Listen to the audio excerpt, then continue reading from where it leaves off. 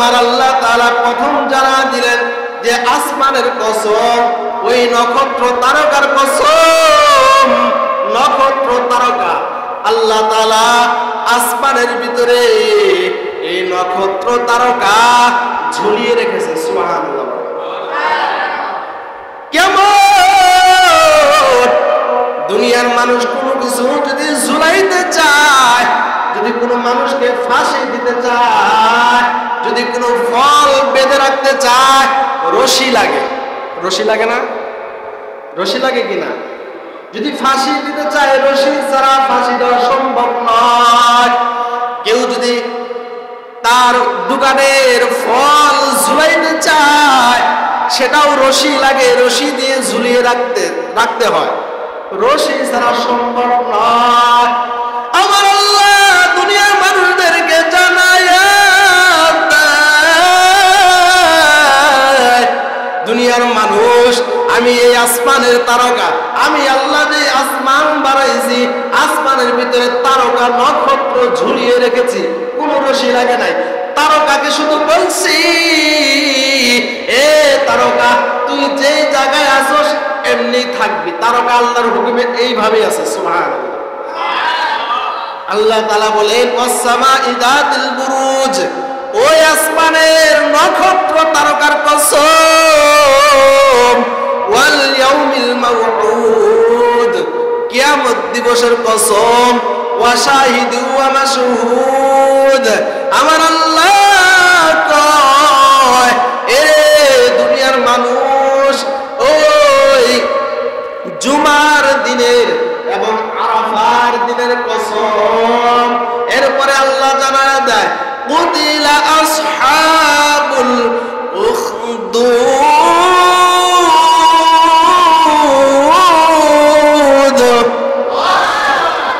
আমার আল্লাহ জানায় দেয় কুতিলা আসহাবুল উখদুদ। আল্লাহ জানায় দেয় ওই গর্ত খননকারী, যারা গর্ত খনন করেছে, যারা মুসলমানদেরকে কষ্ট দিয়েছে, আগুনে পুড়িয়েছে, ওই গর্ত খননকারীদের জন্য অভিশাপ কার? বলেন অভিশাপ কার? কাদের উপরে? যারা গর্ত খনন করেছে। যারা কি করেছে? গর্ত খনন করেছে। আমার নবীজি রহমাতুল লিল আলামিন দুনিয়ায় আসার 70 থেকে 90 বছর আগে, মানে ঈসা নবীর জামানার পরে, ওই সময় কোনো পয়গম্বর নাই, কোনো নবী নাই। আমার নবীও ওই সময় দুনিয়ায় আগমন করে নাই। একজন বাদশা ছিল, নাম ইউসুফ জুন্নাওয়াস। নাম কি? ইউসুফ জুন্নাওয়াস। জালেম বাদশা। এই জালেম বাদশা, ওই সময় কোনো পয়গম্বর নাই। সে তার মহল্লার ভিতরে, তার দেশের ভিতরে প্রচার করে আমি রব। নাউজুবিল্লাহ বলেন। ইউসুফ জুন্নাওয়াস তার প্রাসাদে, তার সংসদে, তার এলাকার ভিতরে, তার দেশের ভিতরে সে প্রচার করে সে আল্লাহ, তাকে প্রভু মিলে সে দাবি করে। নাউজুবিল্লাহ বলে। তো এটা দাবি করে কেন? তার কাছে একজন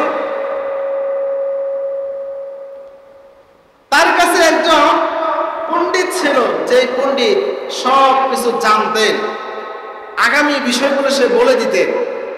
কবিরাজ ছিলেন সে। তো এই কবিরাজের মাধ্যমে ইউসুফ জুন্নাওয়াস তার প্রাসাদের ভিতরে সে মানুষকে এমন ভাবে তার মুখী করেছে, কবিরাজ ধরে তার কারো চোখের সমস্যা, কারো মাথার সমস্যা, সব সমস্যার সমাধান কবিরাজের মাধ্যমে করে দেয়। তো এটা কবিরাজের মাধ্যমে করে দেওয়ার কারণে ইউসুফ জুন্নাওয়াস, তার প্রতি মানুষ বেশি মহব্বত হয়েছে। এই বেশি মহব্বত হওয়ার কারণে সে বলতেছে যে আমি বাদশা নয়, শুধু আমি তোমাদের প্রভু। নাউজুবিল্লাহ বলেন।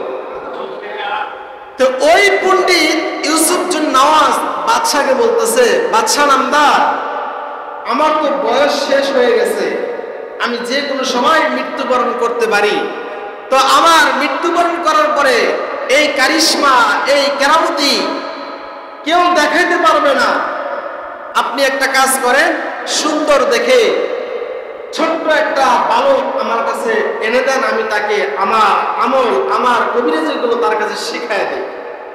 তো এই কথা বলার পর বাদশাহ পুরা এলাকার ভিতরে, ইয়ামান দেশের ভিতরে বাদশাহ নজর লাগায় দিল, খবর লাগায় দিল যে ছোট বাচ্চা কোথায় আছে। ছোট বাচ্চা বের করা হয়। বের করার পরে তার সমস্ত ভরণ পোষণের দায়িত্ব নিলেন ইউসুফ জুন নওয়াজ। সমস্ত দায়িত্ব নেওয়ার পর এই ছোট বালক তার বাসায় থেকে বের হয় ওই কবিরাজের কাছে শিক্ষা গ্রহণ করার জন্য। মানে তার কবিরাজি সে শিখবে, ভবিষ্যৎ ওই ইউসুফ জুন নওয়াজের সহকারী হিসেবে সে কাজ করবে। এটা নিয়ম করার পর ইউসুফ জুন নওয়াজ ওই ছোট্ট বালককে নিয়োগ দেয়। নিয়োগ দেওয়ার পর ইউসুফ জুন নওয়াজ ওই বাদশার ওই কবিরাজের কাছে যায় আর আসে, যাওয়া আসা করে। এই যাওয়া আসার পথে আর এক পণ্ডিত বয়ান করতেছে, কিছু মুসল্লিদের নিয়ে বয়ান করতেছে যে আমাদের রব আল্লাহ, মানে আসমানের মালিক কে, জমিনের মালিক কে, সব কিছুর মালিক কে। ওই পণ্ডিত বয়ান করতেছে আর এদিক দিয়ে আব্দুল্লাহ বিন তামের, ছোট বালকের নাম আব্দুল্লাহ বিন তামের, মানে তার নাম আব্দুল্লাহ। এই আব্দুল্লাহ রাস্তা দিয়ে যাইতেছে। যাওয়ার পথে থেকে ওই পণ্ডিত বলতেছে আমাকে বানাইছে আল্লাহ, তোমাকে বানাইছে আল্লাহ। এইভাবে এক অপরকে যখন আলোচনা করতেছে, আব্দুল্লাহ বিন তামের তার কানের ভিতরে আওয়াজ পৌঁছে গেছে আর সে একটু দাঁড়িয়ে ওই আওয়াজগুলো, কথাগুলো শুনতেছে। শুনতে শুনতে তার একটু দেরি হয়ে গেছে, কিন্তু তার আসল পণ্ডিত ওই যে ইউসুফ জুন নওয়াজ, যার দ্বারা শিক্ষা গ্রহণ করাইবে, তার কাছে যাইতে একটু দেরি হয়ে গেছে, লেট হয়ে গেছে। শিক্ষক বলতেছে আব্দুল্লাহ তোমার আসতে কেন দেরি হইল? এদিক সেদিক বলে আব্দুল্লাহ ইবনে তামের কাটিয়ে দিল। যখন ছাত্র মাদ্রাসায় যেতে দেরি হয়, যখন ছাত্র স্কুল কলেজ ভার্সিটিতে যাইতে দেরি করে, দেখবেন বিভিন্ন বাহানা বলে কাটায় দেয়, ঠিক না? হ্যাঁ, বলে মাথা ব্যথা, পেট ব্যথা, খাইতে পারি না, এই সমস্যা সেই সমস্যা করে কাটায় দেয়। তো আব্দুল্লাহ বিন তামের রহমাতুল্লাহি আলাইহি সে কাটায় দিল যে আমার এদিক সেদিক হয়ে বের হইতে দেরি হয়ে গেছে। তো এইভাবে বেশ কিছুদিন চলে যায়। বেশ কিছুদিন চলে যাওয়ার পর আব্দুল্লাহ বিন তামেরকে দেরি করে আসার কারণে ওস্তাদ দেয়। আবার যাওয়ার পথে ওই মুসলিম পণ্ডিতের কাছে যখন আল্লাহর বাণী শুনে যাওয়ার পথে দেরি হয়ে যায়, মা আমার কাছে মায়। তো এইভাবে একদিন দুই দিন অনেক দিন চলে গেছে। আব্দুল্লাহ বিন তামের তখন হঠাৎ একদিন রাস্তাতে যাইতেছে, জনসমক্ষে মানুষের সামনে এক বিশাল একটা প্রাণী, কেউ বলে বিশাল সাপ, আবার কেউ বলে বাঘ, সামনে দাঁড়াইছে। সামনে দাঁড়ানোর পর এখন ওই মানুষগুলো যাইতে পারে না। ভয় আছে না নাই? বলেন ভয় আছে না নাই? মুসলিম শরীফের হাদিসে বর্ণনা আছে, বানোয়াট কোনো কথা না যে মনে করতে পারেন হুজুর মনে হয় বানোয়াট কথা বলছে না। আব্দুল্লাহ বিন তামের এই রাস্তা দিয়ে যখন যাইতেছে, যাওয়ার পথে সামনে দেখে একটা সাপ অথবা একটা বাঘ, যে কোনো একটা প্রাণী সামনে দাঁড়ায় আছে। পরে আব্দুল্লাহ বিন তামেরকে ঘোষণা করে দিল যে আব্দুল্লাহ বিন তামের, তুমি এটাকে সরাইতে পারবে? আব্দুল্লাহ বিন তামের বলতেছে দেখি আমি চেষ্টা করে। একটা পাথর নিছে, একটা পাথর নেওয়ার পর আব্দুল্লাহ বিন তামের বলতেছে আয় আল্লাহ, আপনি যদি সত্যি আল্লাহ হন, আমাদের যদি এবং এই ইসলাম পন্থী যে পণ্ডিত আছে, এই পণ্ডিতের কথা যদি আপনার কথা ঠিক হয়, তাহলে আমি আপনার কালেমা পড়ে মুসলমান হয়ে যাব। সুবহানাল্লাহ বলেন।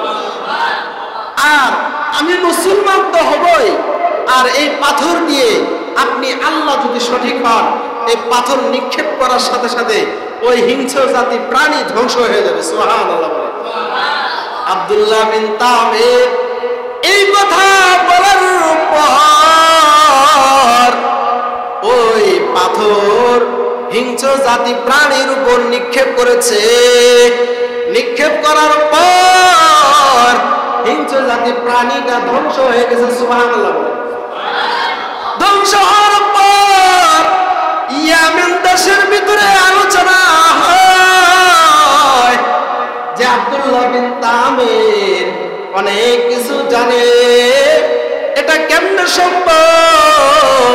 ওই যে ইউসুফ জুন্নাওয়াজের কাছে বিচার চলে গেছে।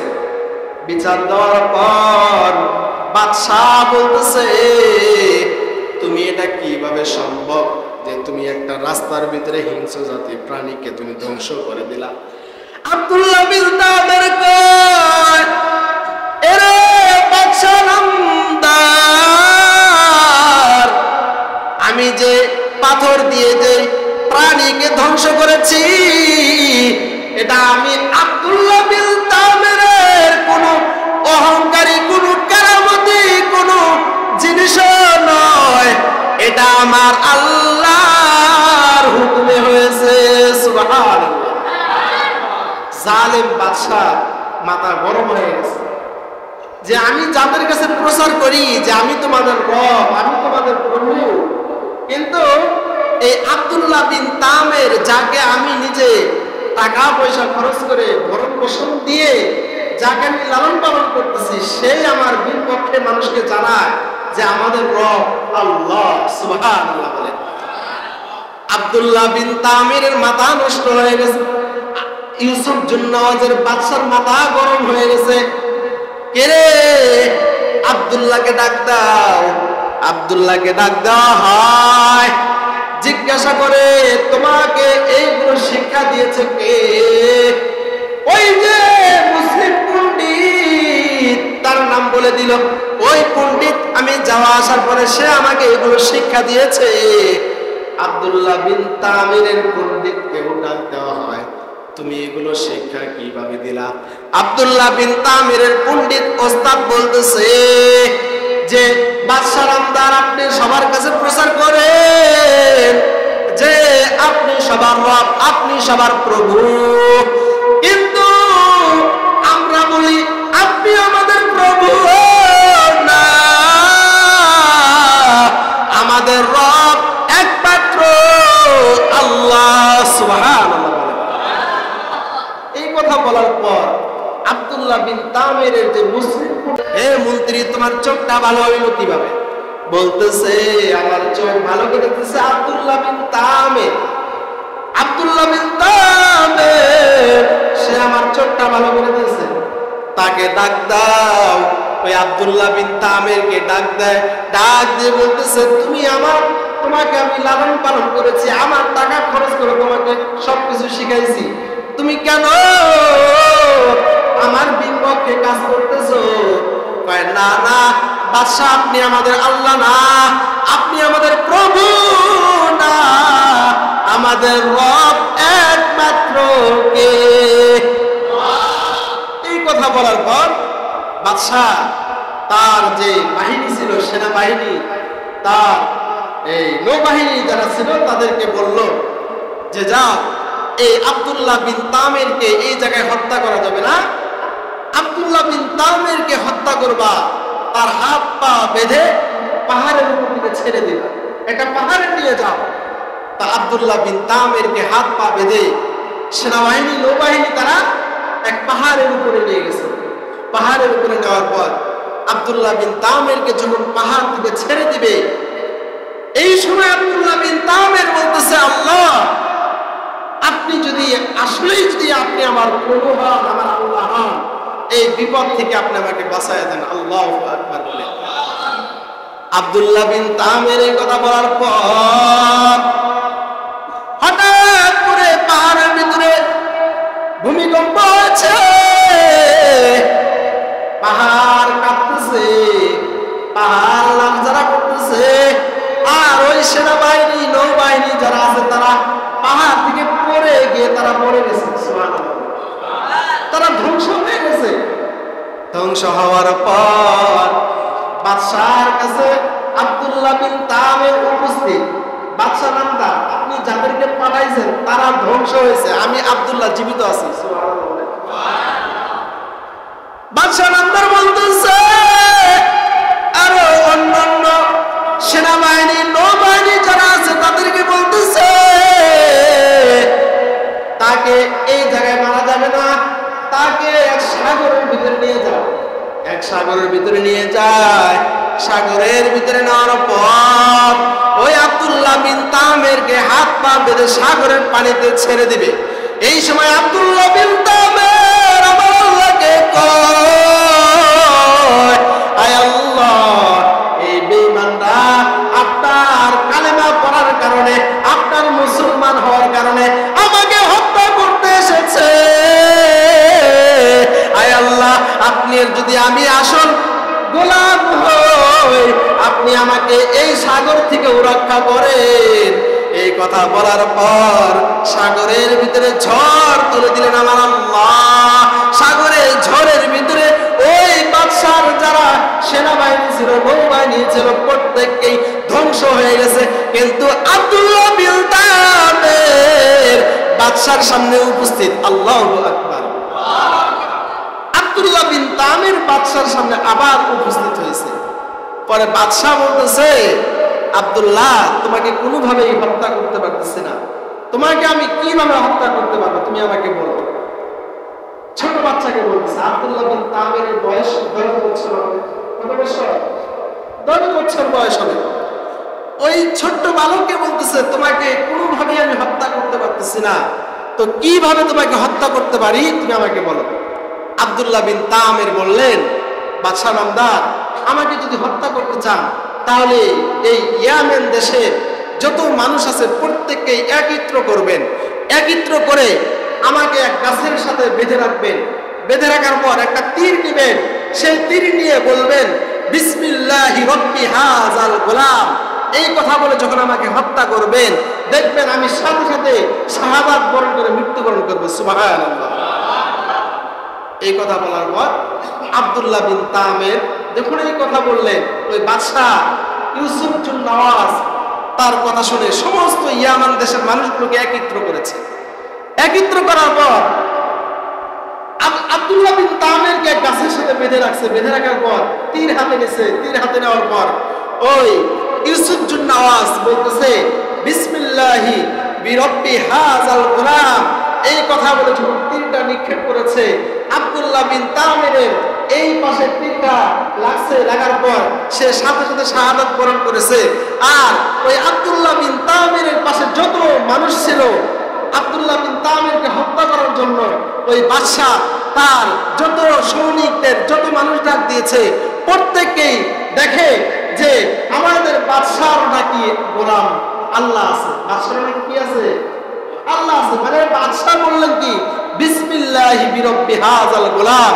এর অর্থ হচ্ছে যে আল্লাহ, আমি যে বাচ্চাকে মারতেছি সেই বাচ্চার আল্লাহর হুকুমে মারতেছি।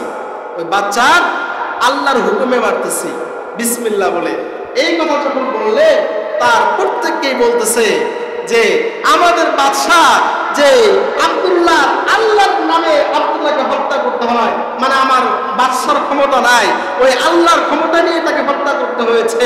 আমরা সমস্ত ইয়ামানবাসী কালেমা পড়ে মুসলমান হয়ে গেলাম। সুবহানাল্লাহ। আরো বলেন সুবহানাল্লাহ। এখন বাদশাকে প্রত্যেককে জানায় দেয় যে আব্দুল্লাহ বিন তামিরকে আপনি হত্যা করলেন, আমরা সমস্ত মুসলমান হয়ে গেলাম। যারা এই এলাকার ভিতরে ছিলাম, যারা আমরা খ্রিস্টান ছিলাম, প্রত্যেককেই মুসলমান হইলাম। সুবহানাল্লাহ। কালেমা পড়ে মুসলমান হয়ে যায়। মুসলমান হওয়ার পর বাদশাহ বলতেছে, না না, তোমরা মুসলমান হইও না, তোমরা মুসলমান হইও না, যদি মুসলমান হও তোমাদের জন্য কষ্ট আছে, তোমাদের জন্য বিপদ আছে। জালেম বাদশাহ কয় মুসলমান হলে তোমাদের জন্য কষ্ট আছে, কিন্তু যারা মুসলমান, যারা একবার আমার আল্লাহকে চিনে, যারা একবার আমার আল্লাহকে চিনে নেয়, যত গরিব হোক না কেন, যত অসহায় হোক না কেন, দুনিয়ার জন্য চোখ বিক্রি করতে পারে, দুনিয়ার জন্য কিডনি বিক্রি করতে পারে, দুনিয়ার জন্য জমি জমা বাড়িঘর সব বিক্রি করতে পারে, কিন্তু তার ঈমান এক চিমটিও বিক্রি করতে পারে না। ঠিক কি না? কোন মুসলমান দুনিয়ার জন্য চোখ বিক্রি করতে পারে, কিডনি বিক্রি করতে পারে, কিন্তু ইমানের জন্য ইমান বিক্রি করতে পারে না। ঠিক না? ইমান ধরে রাখবে, এটা মুসলমানের দায়িত্ব। আব্দুল্লাহ বিন তামির হত্যা হয়ে গেল, শাহাদাত বরণ করলেন। শাহাদাত বরণ করার পর সাথে যারা ছিল প্রত্যেককে কালেমা করে মুসলমান হয়েছে। বাদশার মাথা নষ্ট হইল যে আমি বিসমিল্লাহি বিরব্বি হাযাল গোলাম আস্তে আস্তে বলেছি, কিন্তু এরা শুনবো কিভাবে? শোনায় দিছে কি? আরো আওয়াজে বলেন, শোনায় দিছে কি? আল্লাহ। আল্লাহ তাআলা এই আওয়াজটা যখন শোনায় দিছে, প্রত্যেককে কালেমা পড়ে নিছে। এবার বাদশার মাথা আরো নষ্ট হয়ে গেছে। দুই তিনজন মুসলমান ছিল, তাদেরকে হত্যা করতে গিয়ে আরো হাজার হাজার খ্রিস্টান তারা মুসলমান হয়ে গেল। আমার তো বিপদ। পরে তার সৈন্য বাহিনী আরো যারা ছিল প্রত্যেককে বলল, তোমরা একটা খনন করো, একটা গর্ত করো। যেই গর্ত অনেক পরিমাণ গর্ত খুঁজছে, গর্ত খোঁড়ার পরে সেখানে লাকড়ি রাখা হয়েছে, আগুন জ্বালানো হয়েছে। যে আগুন জ্বালানোর পর সেখানে ওই যে যারা মুসলমান হয়েছে 20,000 মুসলমানকে আগুনের ভিতরে নিক্ষেপ করা হয়েছে, আগুনে জ্বালানো হয়েছে। এর ভিতরে একটা শিশু বাচ্চা এবং একটা মা, ওই মাকে বলতেছে শিশু বাচ্চাকে আগুনের ভিতরে ফালায়া, যে দেখো তোমার সন্তানকে আগুনের ভিতরে ফালাইছি, তুমি কালেমা পড়ে মুসলমান হও না, তুমি তোমার আল্লাহকে ছেড়ে দাও, আমি বাদশাহ ইউসুফ জুন নওয়াজকে প্রভু হিসেবে গ্রহণ করে নাও, তোমাকেও সে আগুনের ভিতরে ফালাইয়া দিব।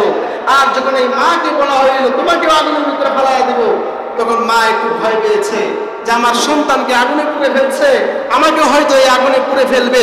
সে ভয়ে একটু নার্ভাস হয়ে গেছে। শিশু বাচ্চারা জবান থেকে আওয়াজ ওই মাকে খুলে বলতেছে, মা তোমরা যে আগুন দেখতেছো এটা আসলে আগুন না, আমি শিশু বাচ্চা সন্তান হয়ে মা তোমাকে বলতেছি, এটা তুমি আগুন দেখতেছো কিন্তু এটা আগুন না, এটা জান্নাতের বাগান। সুবহানাল্লাহ বলেন, আর আওয়াজে বলেন সুবহানাল্লাহ। ছোট বাচ্চা এই কথা বলার পর মা চিন্তিত ছিল, কিন্তু ছোট নিষ্পাপ বাচ্চা বলতেছে আমাকে আগুনে পড়েছে, তুমি ভাবছো কিন্তু আমাকে আগুনে পড়ে নাই, আমাকে যখন আগুনের ভিতরে নিক্ষেপ করা হয়েছে আমার আল্লাহ কোন শিশু বাচ্চা এবং যারা ঈমানদার, যারা মুসলমান, তারা যদি আমার আল্লাহর রাস্তায় মরে যায়, বেঈমান নাস্তিকরা হাজার কষ্ট দিয়ে মৃত্যুবরণ করাইতে পারে, ফাঁসি দিতে পারে, এবং কি জেল খাটাইতে পারে, এবং কি পাথর নিক্ষেপ করে হত্যা করতে পারে। আমার আল্লাহ কয়, তাফসীরের কিতাবে আসছে, ওই যে 20,000 মুসলমান আগুনে পোড়ানো হয়ে